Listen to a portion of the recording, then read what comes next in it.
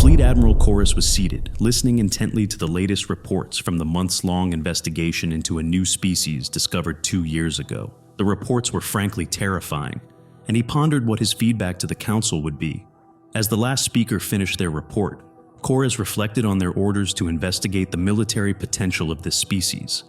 They had received a bare-bones report on their history and what the scientists had discovered about their evolution, from animal ancestors to their current situation, on the brink of leaving their planet and entering the wider galaxy.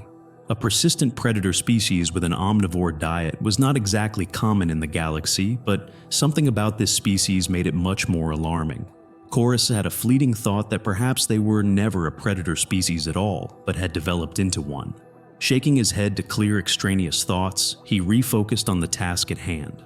1 year ago, the Fleet Admiral received orders to form an investigation fleet based on a mobile space station, equipped with massive computer systems and equipment, capable of copying billions of minds and running simulations to determine how a species would react to various scenarios involving military intervention on their planet. The SAR Council had developed this technology to minimize military losses upon discovering new species and deciding how to introduce the Council, whether as friends or as conquerors. The supporting fleet units were a mixture of defensive units, from dreadnoughts down to frigates, support freighters, manufacturing ships, entertainment vessels, and even garbage collectors. Thousands of ships and a vast space station, all focused on a single species. 8 months ago, the fleet arrived in the target species system, taking a position behind the largest planet to remain as hidden as possible from detection by the natives. This planet also served as a good source of fuel and other volatiles required by the fleet. A nearby asteroid field provided metals and other materials needed during their investigation. Scanning ships were sent in under full ECM to conduct flybys of the native planet and collect copies of tens of millions of minds for experiments. These mind copies were taken from all sections of the planet, covering as many different social groups or countries as the natives described them. The differences in the various groups were not unusual, as they had seen many species with similar fractures and groupings. That is why they always copied minds from as many groups as possible, not just the most technologically advanced ones. 6 months ago, Fleet Admiral Kores was notified that the collection of minds had been completed, with 438,627,229 minds copied and uploaded into the station's computer systems, sorted into the various social groups and ready for experimentation. Kores gave the order for the experiments to begin, knowing it could take weeks to months to get trustworthy results to determine the danger level of this species. 1 week ago, Kores entered the meeting room and sat in the command chair. He waited until everyone had found their seats and organized their reports before announcing the start of the meeting. Very well, everyone. I was notified that we have verified reports on the investigations carried out on these humans, and that your conclusions have been accepted by the full team of researchers. We will start with the data from the current levels of this species and then work backward. Is that okay with everyone? Receiving a series of agreements, Kores pointed at the lead researcher to start. We took 10 million minds from social groups across their planet and gathered data on their current level of military might and domestic access to weapons. We then ran scenarios on how they would react to an invasion of their planet in the associated social group areas. There is quite a lot of inequality between the top and bottom groups regarding military might, but even some of the lowest groups still had access to quite a few weapons that could harm our troops. We didn't find many groups that had no access to any military weapons at all. Those were considered outliers and ignored at this stage. Since this species doesn't have any space-worthy vessels, we didn't worry about space or orbital combat with our ships. However, they do have a surprising range of missiles, a really surprising number actually, that could pose a threat to our orbiting vessels. Any invasion force would have to be constantly scanning for launches and take appropriate action if any of our vessels were struck by one of their missiles. We could lose that vessel completely, so that danger is classified as extreme, the lead researcher continued. Our next stage of research was to experiment with the minds to determine how they would react to an invasion force landing in their various group areas. This was terrifying. Close to 73% of the social groups we analyzed were capable of wiping out our invasion force even with a 5, one disadvantage. Even with our advanced weapons, armor, and tactics, they were capable of inflicting obscene amounts of casualties. The worst part is that when they captured any of our technology, they were able to reverse engineer it in a very short amount of time and produce hybrid weapons to attack us with within weeks.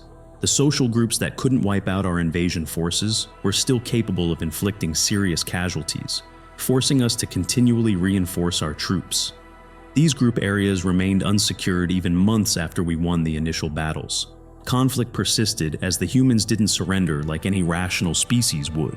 We then started reducing their technology level to see how effective they would be as warriors. Even when reduced to their ancient history levels of swords and shields against our advanced weapons, we still suffered unacceptable casualty rates. With troop advantages as high as 3, we would still be defeated in many areas. Even with a 1-to-1 troop ratio, we experienced casualties that would force us to withdraw within 2 years. Again, the humans would salvage any captured weapons and start using them against us within weeks. These humans seem to understand weapons quickly and are capable of using them with minimal practice. Some groups didn't fully understand the weapons themselves, but used their terrain and environment so effectively that it negated our technological advantages, enabling them to inflict significant casualties. We repeated these experiments 5 times, each with minor variables. Our results were debated for weeks before reaching the final conclusion. We need to quarantine this species and keep as far away from them as possible until we have such an overwhelming advantage that they are no longer a threat. Fleet Admiral Kores regarded the various researchers, nodding along with the lead researcher, and thought over what he had been told and the data that backed it up. Are you sure that we can't just wipe them out? I know it would be costly in terms of troops, but surely we could do it. We thought of that, sir, and this is the report of what would happen. Kores scanned the final report.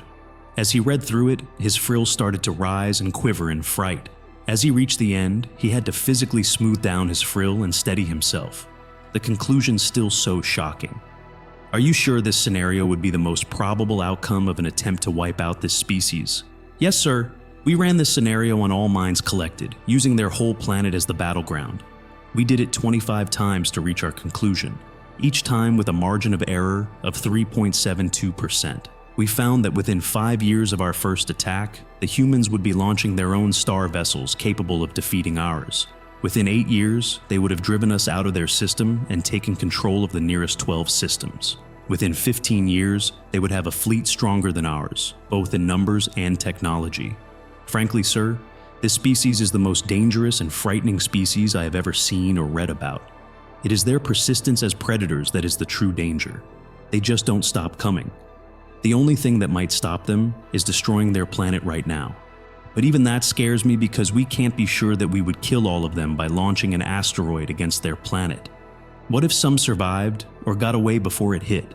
Fleet Admiral Kores nodded in acknowledgement. The idea of exterminating a planet full of life was anathema.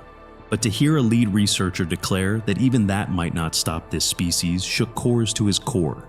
He decided to send a report to the Council recommending that a 500 light-year sphere be set up as a quarantine zone until they were confident they could encounter this race without fear.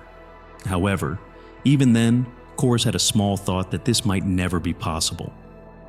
This concludes our exploration of the humans' unexpected resilience and terrifying potential. If this story of relentless human spirit and galactic danger intrigued you, show your support by leaving a like. Comment with the word persistence if you believe in the indomitable will of humanity, and don't forget to subscribe if you are a fan of gripping sci-fi tales. Your engagement drives us to bring you more thrilling narratives. Thank you for joining us on this extraordinary journey.